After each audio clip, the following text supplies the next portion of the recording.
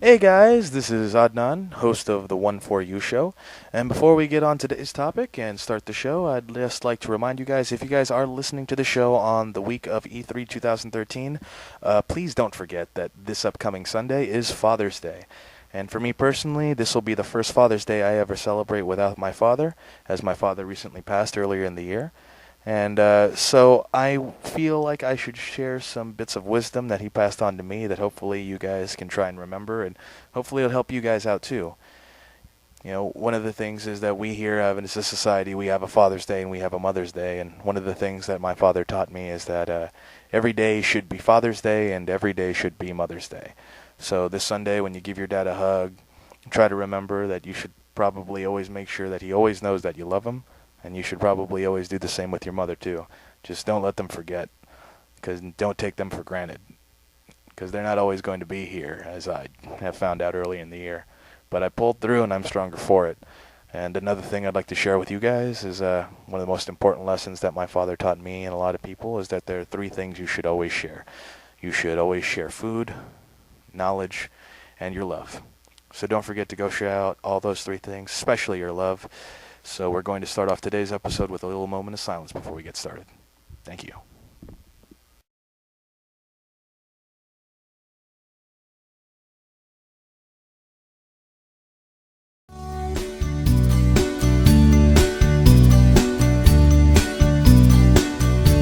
I'm not even angry.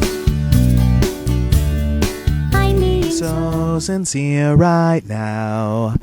Hey guys, it's me, Adnan, host of One4U, and you're here for episode 2 of the One4U audio show.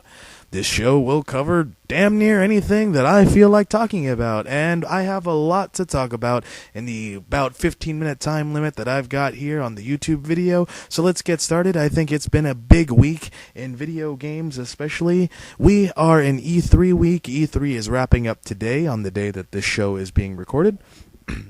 And there is a lot of news, a lot of people happy, a lot of people angry. I'm pretty happy.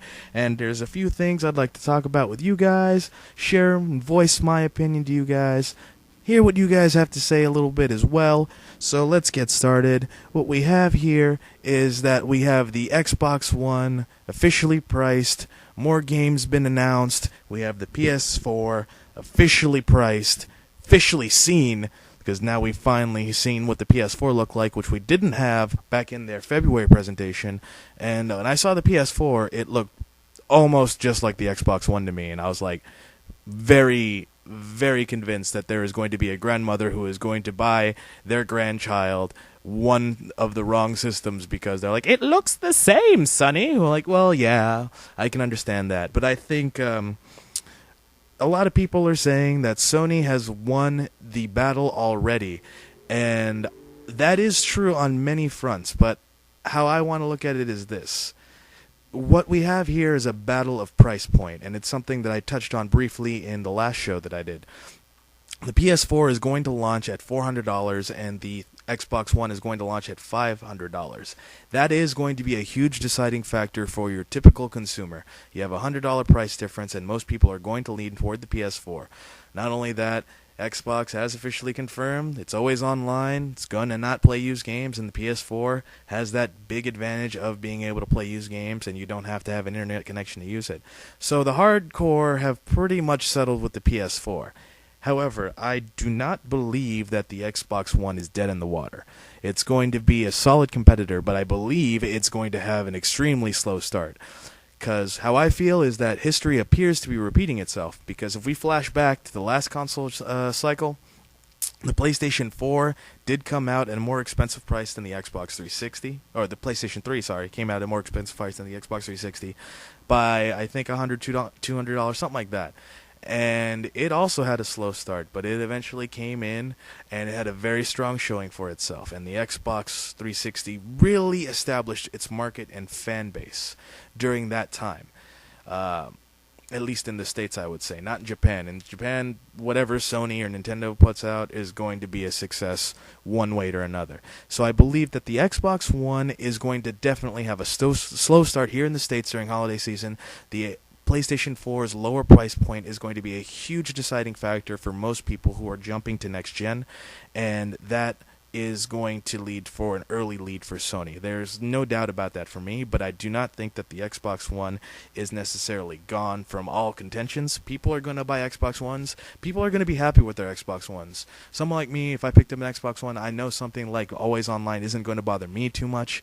There is still really, I know that everyone wants to make the big deal about how the Microsoft representative said that, oh, well, people who aren't online, we have the Xbox 360 for you to use. That was a terrible thing to say. That is a terrible PR type thing to say. I understand that. But in all honesty, too, there is a very small percentage of gamers, I think, that don't have internet at this point.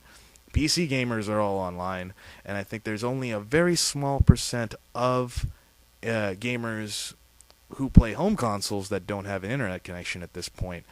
And it's not necessarily the worst thing in the world that Microsoft is missing out on that demographic, because it's going to be minuscule numbers and a huge scale that Microsoft is going to combat. But Microsoft is going to have a slow first year, guaranteed. But I think PlayStation 4, obviously, lower price point is going to lead to bigger sales for them right off the start. But with that being said, I think where this battle is going to be won is going to be over console exclusives, which has been an interesting topic because there's a lot of games that are coming out and there aren't a whole lot of exclusives. The only things that I've been seeing that are exclusives, which I think is going to be how the war is won, is going to be exclusive content, exclusive DLC stuff. Like with Batman Arkham Origins, you're going to get exclusive skins that you can download for the PS4, the PS3 version over the 360 and Wii U versions. But as far as software, one of the things that people are freaking out about is Kingdom Hearts 3 announced. Like, oh my god, Kingdom Hearts 3, Sony won! Kingdom Hearts 3 is one of those games that is actually going to be multi-platform. That came out after the press conference. So that game is going to have a market then on both systems. So it's not exactly a PS4 exclusive. It just came out during the PlayStation 4 reveal, just like Destiny did in February. And Destiny is going to be on both systems as well as the PS3 and the Xbox 360.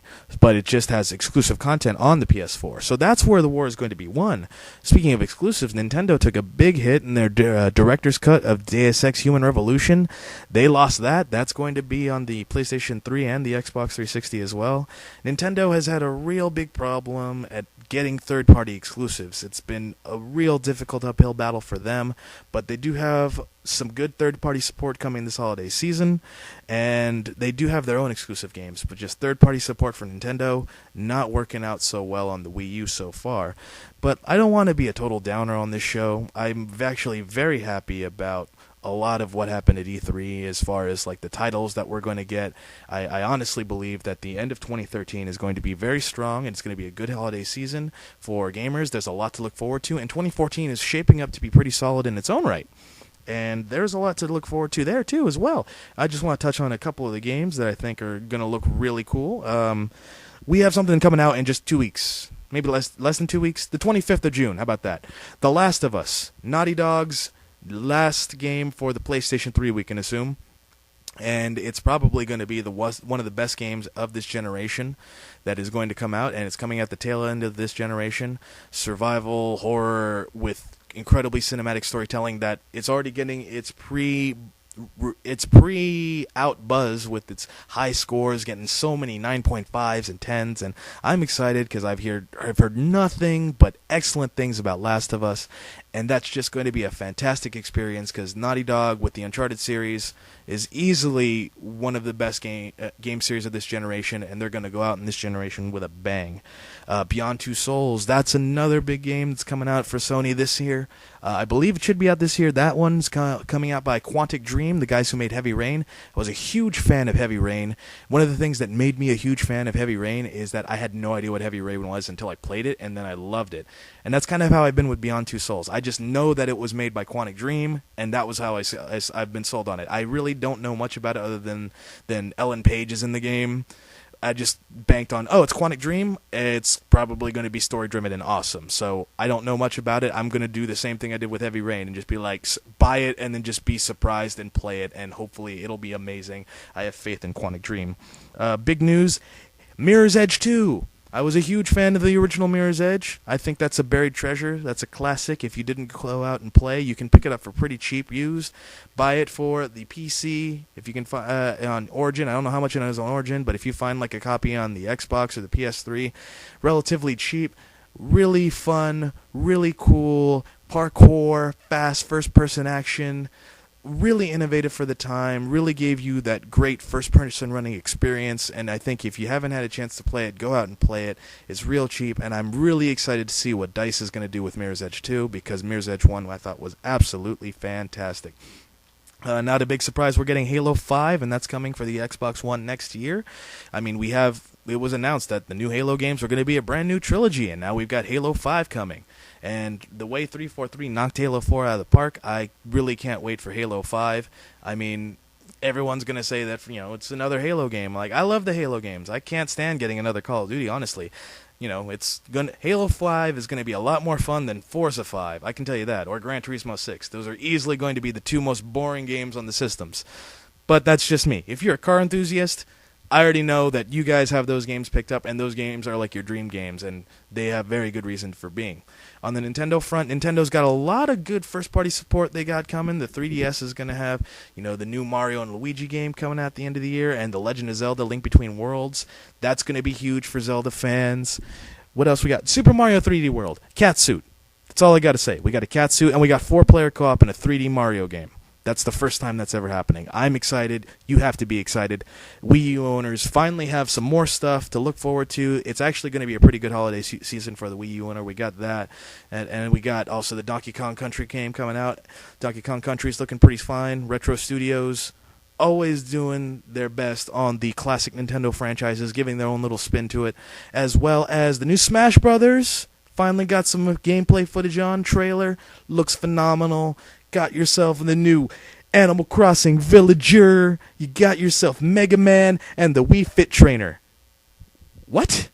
Yes, the Wii Fit Trainer is going to be in the Smash Brothers or the 3DS and the Wii U. So that's going to be quite interesting coming up in 2014. Speaking of 2014, the biggest game that I'm looking forward to, and it's going to be a Wii U exclusive, Bayonetta 2. Bayonetta is looking sexy. The gameplay is looking fast and furious and awesome. She's got a new shorter haircut. I dig it. It's hot. I'm in love. I've always been in love. I laid eyes on her and went, "Will you marry me?" But then it was kind of odd to go to the chapel with my Xbox 360 copy of Bayonetta. So that didn't really work out. But the game is looking really slick. It's the big grab for Nintendo, in my personal opinion. I think that's going to help sway some people to getting a Wii U. I think it will push people to getting a Wii U in 2014. That game is looking absolutely fantastic. If you didn't go out and play Bayonetta, play that too. That's amazing. You can also find that for relatively cheap. I always said that Bayonetta makes Devil May Cry its bitch, and I will always feel that it will be that way because it was amazing. Biggest disappointment for me, though, at E3, no footage on Beyond Good and Evil 2. Nothing on Beyond Good and Evil 2 at all.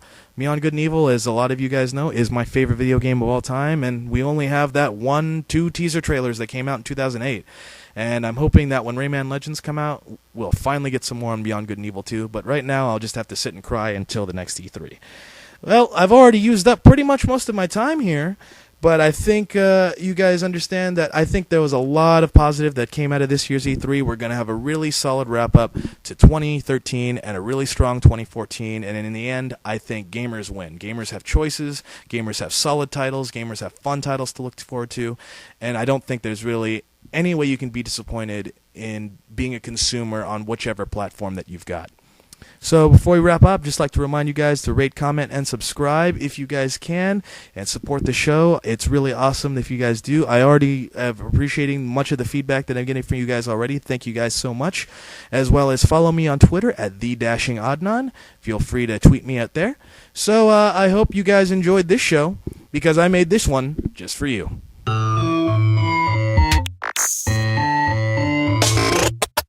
Well, here we are again. It's always such a pleasure.